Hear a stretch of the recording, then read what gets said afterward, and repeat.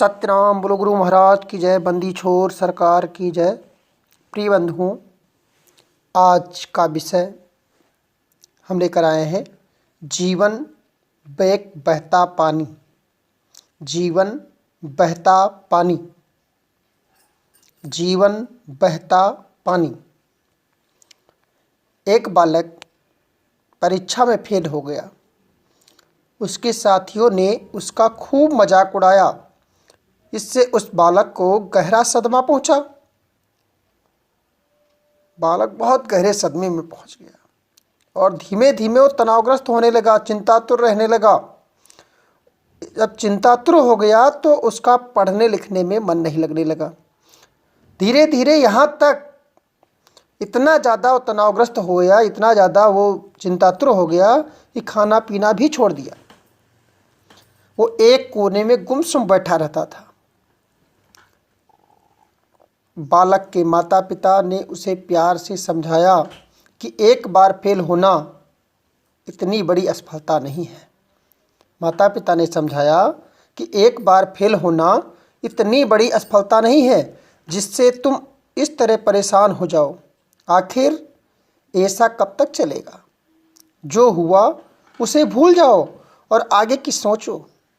आगे जो तुम्हें करना है उसके बारे में सोचो। बीती ताहे विसार दे, आगे की सुधरे। किंतु माता पिता के लाख समझाने पर भी बालक नहीं माना। माता पिता के समझाने पर भी बालक को संतुष्टि नहीं मिल पाई, इसलिए वो माना नहीं उनकी बात को, संतुष्ट नहीं हो पाया। मानसिक अशांति और निराशा में उसे कुछ नहीं सूझ रहा था। और जब इस तरह से कोई मानसिक अशांति और तनाव में चिंतातुर हो जाता है तो उसके लिए आत्महत्या करने के लिए मजबूरी बन जाती है। और वही वो लड़का भी किया। एक रात, अंधेरी रात थी, उस रात वो आत्महत्या करने के लिए निकल पड़ा। रास्ते में एक संत का आश्रम बना हुआ था जहाँ से कुछ आवाज़ें आ रही थी। बालक को उत्सुकता बस उन आवाज़ों को सुनने के लिए आश्रम के अंदर चला गया। वहाँ एक संत उपदेश दे रहे थे कि पानी मैला क्यों नहीं होता। एक संत उपदेश दे रहे थे कि पानी मैला क्यों नहीं होता, क्योंकि वो बहता रहता है। पानी मैला क्यों नहीं होता? क्योंकि वो बहता रहता है। पानी के मार्ग में बाधाएं क्यों नहीं आती? क्योंकि पानी बहता रहता है। पानी की एक बूंद झरने से नदी, नदी से महानदी और महानदी से समुद्र क्यों बन जाती है? क्योंकि वो बहता रहता है। इसलिए जीवन को तुम रोको मत, बहने दो। जीवन को तुम रोको मत, बहने दो। संत बोल रहा था कि जीवन में कुछ भी असफलताएं आती हैं, लेकिन तुम उनसे घबराओ मत। जीवन में जो भी असफलताएं आती हैं उनसे तुम घबराओ मत। उन्हें लांघ कर दोबारा मेहनत करते हुए आगे बढ़ो। मेहनत करते हुए आगे बढ़ो। सफलताएं तुम्हारा कुछ नहीं बिगाड़ पाएंगी। सिर्फ तुम्हें बहना और चलना सीख लीजिए। यही तो जीवन है। इस संसार में जो आया वो बहना और चलना सीख लिया, उसके जीवन में कभी असफलताएं नहीं आती हैं। इसलिए संत बहना और चलना सिखा रहे थे। कह रहे हैं कि बहना और चलना ही जीवन है।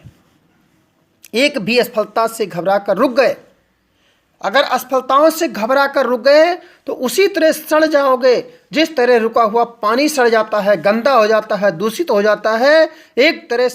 एक जगह पर रुकना नहीं है, एक जगह टिकना नहीं है, नहीं तो बर्बादी का लक्षण निश्चित हो जाता है। इसलिए जिस तरह पानी सड़ जाता है उसी तरह से जीवन सड़ा हुआ नजर आएगा, उसमें कुछ रस नजर नहीं आएगा। बालक को इस बात बहुत अच्छी लगी।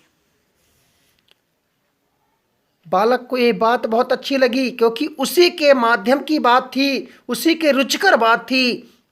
अब उसका खोया हुआ आत्मविश्वास फिर से जागने लगा।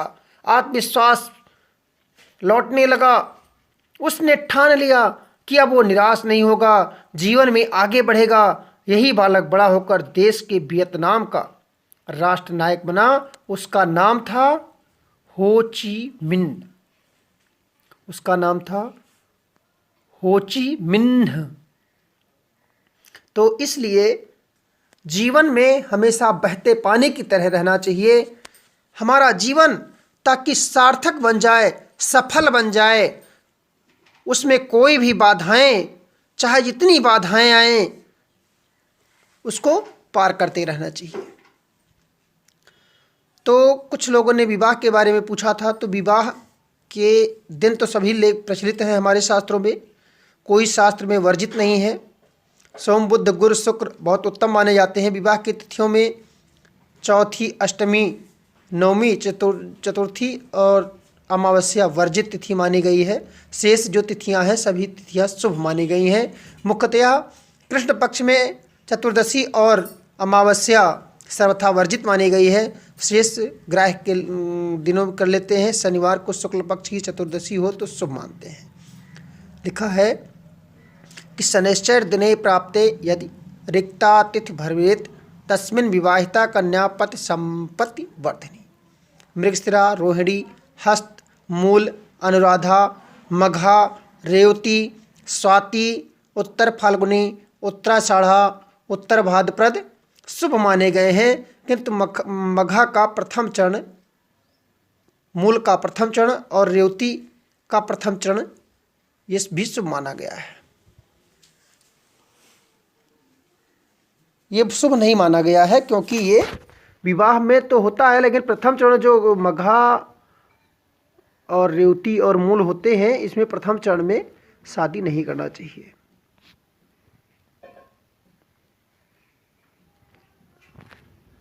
अब विवाह किस महीने में करना चाहिए?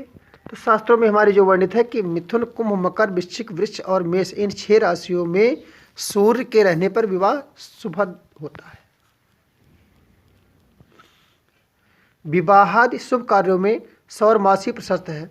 सौर मास का निर्णय सूर्य की राज संचार से विचरण किया जाता है। यद्यप कार्तिक, पौष और चैत्र मास में विवाह विहित नहीं है, विवाह नहीं करना चाहिए। कार्तिक, पूष और चैत्र महीने में विवाह नहीं करना चाहिए। परंतु सूर्य जब कार्तिक चंद्रमास हो तो वृश्चिक में चले जाएं, तो वृश्चिक में सूर्य से ये माघ मास और चैत्र मेष राशि में जाने से वैशाख हो जाता है। इसी अर्थ हमें कार्तिक, पौष, चैत्र में भी विवाह सुखद हो जाता है। ये हमारे वर्ण बताया गया है। सत्यनाम बोलो गुरु महाराज की जय। आज का विषय हमारा इतना ही था। सत्यनाम बोलो गुरु महाराज की जय।